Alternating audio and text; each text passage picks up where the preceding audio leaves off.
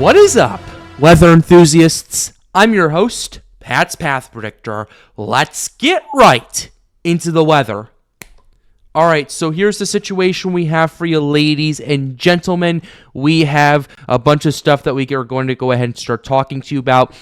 We have more models calling for some big tropical development, possibly in the main development region and the Caribbean Sea, as well as some other stuff we're going to go ahead and look at, as well as some ensemble runs that indicate that a Gulf of Mexico system might be possible in the next little while coming off the Central American gyre, so we're going to have to pay attention to that right now. Let's go ahead and start with the satellite imagery and just kind of get started and give you an idea of what we're potentially looking at. So here's what we have going on. Let's go ahead and start with the Western Atlantic Ocean, just so that way we can give you an idea of what we're looking at in the Atlantic, and then we'll move on to other sectors, because I know the Eastern Pacific is very active, and we do have a tropical storm closing in near Hawaii right here. This is Hone closing in near Hawaii, and we'll definitely talk a little bit about that. But first, I want to go ahead and cover the Western Atlantic, just to kind of show you what we're potentially looking at, and to kind of give you an idea of why we're indicating some ensembles having this thing entering the Gulf of Mexico. So here's the situation that we have right now. Right now we have a wave that's moving over Central America, over Panama, Costa Rica, not quite to Nicaragua yet.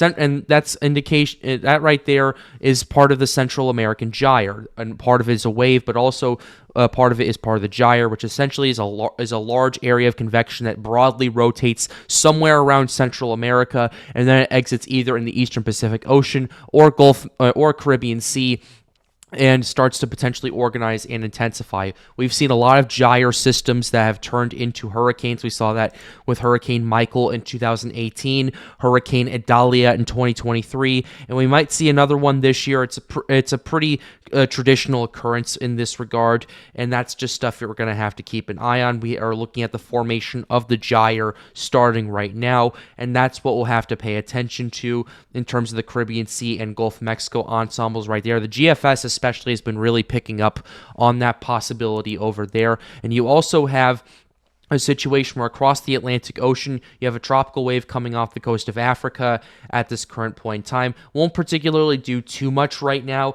but what it is going to do is it's going to continue to allow for more moisture in the main development region. We are seeing a lot more of that dry air being mixed out, and although there is still some dry air in the MDR and Eastern Caribbean Sea, that is going to be mixed out in the next little while. And of course, there are going to be some pockets of dry air throughout the rest of the hurricane season. That's pretty typical. But the Sahara dust has pretty much left, and there is going to be a blocking high in the next week off the coast of Morocco that pushes a lot of that dry air, that Sahara dry air, up to Europe, and allows for the system to really the season to really ramp up. And that's just the one thing we've been waiting for. It was a little bit delayed. We were anticipating that to start blocking around early to mid-August. Right now, it's August 24th, and it looks like all the pieces are starting to fall in place for that. So regardless, we're going to have to pay attention to this. We've been saying this for quite a while. This looks like a very backlogged season where it's not as active as I'm sure a lot of people are expecting for the first half of the season, and then in the second half, things go boom, boom, boom, boom, boom, boom, boom, right there. We did have Beryl in June and July, which was already a very insane system. We had a Category 5 for the first day of July, which is absolutely bonkers and absolutely insane. That's the earliest Category 5 on record, and I also believe the earliest Category 4 on record is it was the only Category 4 hurricane for the month of June. But regardless, that's what we're paying attention to for the Atlantic Ocean in terms of satellite. We have a lot of activity going on in the Eastern Pacific, as well as the Central Pacific, with Tropical Storm Home approaching Hawaii at this current point. This is Hawaii Standard Time. Right now, its maximum sustained winds are around 65 miles per hour or 55 knots.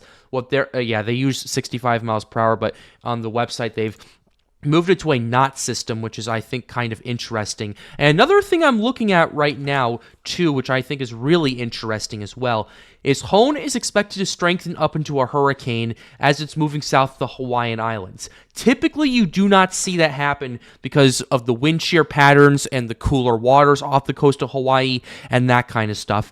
But there's a rare set of circumstances where the wind shears calm down enough and there's just enough warm water to potentially get it up briefly to hurricane strength. And it has been intensifying at a rather quick pace right here. And there is a tropical storm warning in effect for the Big Island in Hawaii, which is Hawaii County right there. So if you're tuning in from there, you're going to want to pay attention to that because tropical storm conditions are expected in the next 36 hours. Interest elsewhere in Hawaii should monitor the progress of the system. Tropical storm force winds extend outward 115 miles from the center. Minimum central pressure is 998 millibars. So that's what we have with home. I know Gilma became a major hurricane briefly, but then is now down to a Category 1 hurricane at this current point. I want to go ahead and take a look at the track of this. It is expected to become extra tropical as it approaches Hawaii as well, and mainly Hone is going to be the main threat for that in that regards. I just wanted to go ahead and briefly cover that because I know I was talking to some of my sponsors, Taniel, he's been a Patreon sponsor.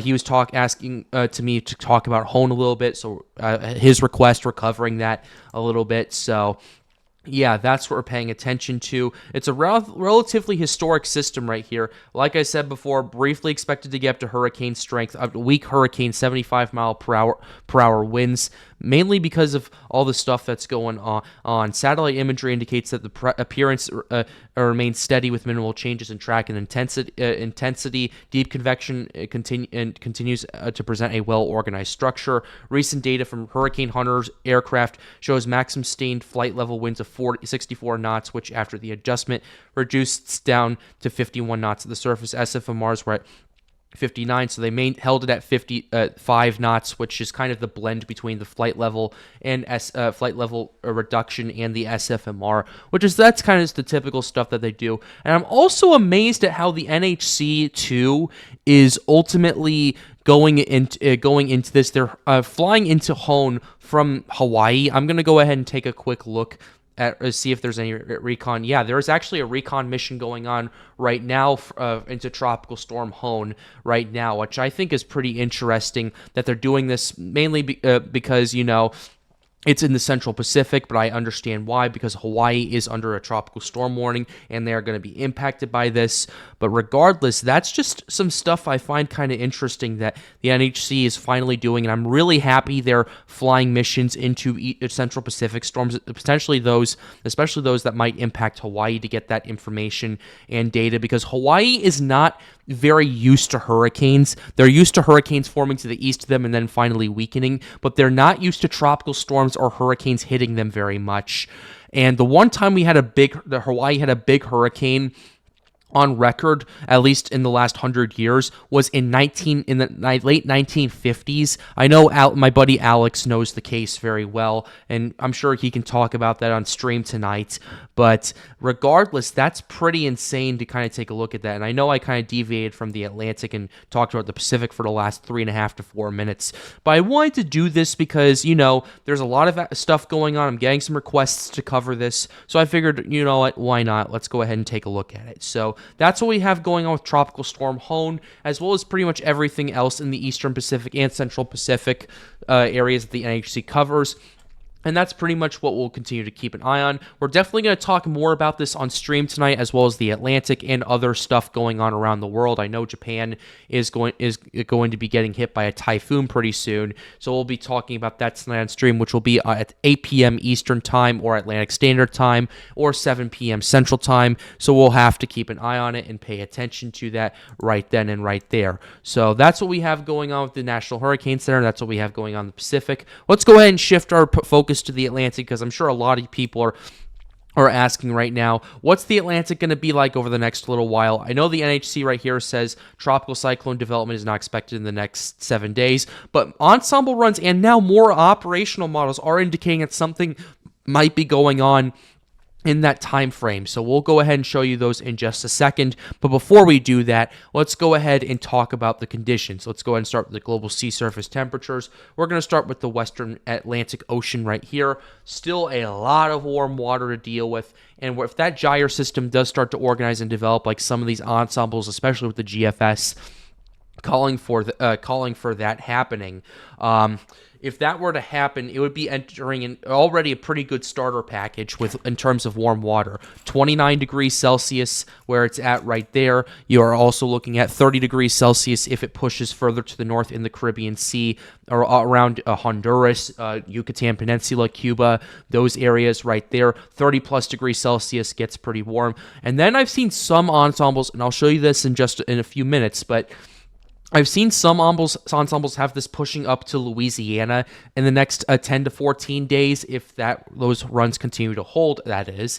And what that would do in this case is, if those hold and they don't deviate too much, which I think they are going to deviate because it's that far out, but if that were the case, then we would see a situation where this system would enter the Gulf of Mexico and immediately enter 31 degrees Celsius or 88 degree Fahrenheit waters. And those waters go down very deep. And when we show you the ocean heat content map, I will show you how deep those waters go down, just to give you an understanding, because how deep those waters go down can also be a big indicator of a potential rapid intensification if it decides to take that route and use all the conditions available to it. Moving on to the rest of the Atlantic over here, main development region. I know I've gotten some comments saying that the reason there's not much tropical development anticipating is because the MDR is cooler than average. That's not exactly how that works. I mean, sure, it's cooler than average on the extreme eastern fringe of the main development region, but it's not anywhere else. It's not in the central MDR or even the western MDR. In fact, it's warmer than average, and I can show you that in the climate reanalyzer right here. We're going to go ahead and go to the Atlantic one right here, the SST anomaly maps. Yeah, there is some pockets of below average temperatures in the eastern part of the main development region, but throughout the rest of the MDR, it's still very much warmer than average right there. And water temperatures are always typically going to be cooler in that part of the MDR than the rest of it. The reason for that is because there's a bunch of tropical waves that come off the coast of Africa, ends up taking a lot of that warm water over there, and just kind of cools it down quite a bit. That's what tropical cyclones tend to do. What their purpose on this earth is to cool down the sea surface temperatures. That's the main thing they end up doing. And it's been kind of doing its purpose, at least to some extent, in parts of the MDR in that regard. But ultimately, that's not going to really stop hurricane development or tropical cyclone development. And the reason for that is it's not very common that tropical cyclone development just right off the coast of Africa starts and then impacts the Cabo Verde Islands. It has happened before. Hurricane Fred was a good example of that in 2015 when it just right off the bat formed and impacted a lot of the Cape Verde Islands over there. So that's just something I wanted to kind of highlight and for you guys to keep in mind. If a tropical cyclone were to develop, it would push further to the west first, and then tap into better conditions to organize and develop. And that's how it typically works right there. So for those of you who are commenting that the MDR is cooler than average, it's not exactly the case. It is in a couple of areas, but ultimately, by and large, it's still warmer than average, especially where it's most likely to organize and develop in the central and western MDR. So I figured I'd teach you guys a little bit about that and just kind of give you an idea of what I'm looking at. So that's what we're looking at with the sea surface temperature maps. Let's go ahead and show you the ocean heat content maps right here. This is the OHC that we have pulled up for you right here. The OHC, remember when I was telling you about how deep those waters were going down? This is an indicator of it right here. What ocean heat content typically does, it's a measurement of how hot the water is at the surface and how deep down it ultimately goes. So I can go ahead and also overlay that with another map, which is the 26 degree Celsius isotherm. That's about 79 degrees Fahrenheit. Here's what we have right here. And we'll compare this with the ocean heat content map as well. We're seeing a lot of areas in the Caribbean Sea of over 150 meters deep of how deep of the 26 degrees Celsius waters in those areas right there. That area right there typically has the highest ocean heat content, which is over 175, and in some areas cracking over 200 OHC in that part of the Atlantic. And going back to this map once again, you're seeing an area of around 125 to 130, 135 meters which is about 450 feet in the loop current right here. That is depth wise of those 26 degrees Celsius waters and how deep down they reach. That area over there tends to have a huge ocean heat content value of over 175. That's kind of typically how this whole thing works. And you have an eddy over here that's been very persistent over the last few weeks of 175 plus OHC, and it's kind of been pushing out and spreading out quite a bit, which is very concerning for that part of the Gulf of Mexico. That water goes down over 100 meters deep, which is about 330 feet, transferring that from meters to feet. So I just figured I'd go ahead and show you that. Ultimately, the ocean heat content is primed, and this is another reason why tropical cyclones don't form right off the bat. And as soon as they come off the coast of Africa, it can happen, but it doesn't happen as often. It's because of this drop-off of ocean heat content over here. It needs to fuel into those warm waters and tap into them, and that's why they typically wait until they get to the central or western main development region. So I figured I'd show you that as well before we get to the wind shear. Here's the wind shear patterns right here. The wind shear across much of the Gulf of Mexico is still a little wonky. It's still a little janky right now. And you're definitely going to want to keep tabs on that, but that's going to fluctuate up and down, up and down, up and down for quite a while. And I know the Deep South typically does not get a lot of severe weather at this current point in time as well. And there's also an area of lower wind shear expected to move into the Gulf of Mexico in the next few days or so. So that's going to ultimately push all this bad areas of development out, unfavorable areas of development rather. And you're also noticing a calming of wind shear in general. You have a little bit more wind shear across some of this area in the main development region, but ultimately you're seeing a lot of the wind shear up here and down here calm down finally, and that's ultimately going to allow for tropical development to begin and initialize. So that's just some more things to pay attention to. Let's go ahead and show you the ensemble runs I was talking to you about. I have the 0Z GFS ensemble run for you pulled up right here just to kind of give you a scope of it. And we're going to start right off the bat. These are the ensemble runs I was talking to you about right here. These are the ensembles runs of this gyre organizing and forming and potentially having this system moving through Texas, Louisiana, although a lot of the ensembles do indicate that an eastern Mexico impact is more plausible at this current point, according to the 0Z GFS ensembles right here. But we are seeing a lot of those scenarios right there coming off the gyre, forming that right there. I want to see when these initialize too, just to kind of give you a general gist of all this. Okay, this actually initializes in the next few days, according to the 0Z GFS. This is 4 days out when things start to get their act together, and that's pretty concerning to say the very least. Again, this is just one ensemble plot. Things are very subject to change, but that's definitely something you're going to want to pay attention to, as well as the fact that the GFS is now really ramping up their main development region system organizing and developing. When does this initialize? Right here. Let's go ahead and take a look at that right here. It initializes starting in the next 5 days, which in model terms, you're going to want to pay attention to that down the road, and we're going to continue to keep an eye on that right there. Let's go ahead and show you 12Z just for comparison, because hey, this is just one model run. We want to look for consistency with this. There is still a lot of consistency with this, although in terms of the ensemble runs, like I told you, they would move. A lot of them now shifted to Texas instead of Louisiana, and we still have that those ensemble runs screaming about stuff happening in the main development region.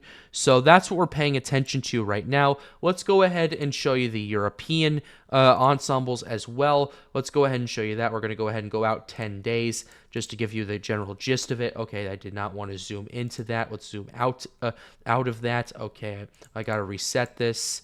There we go.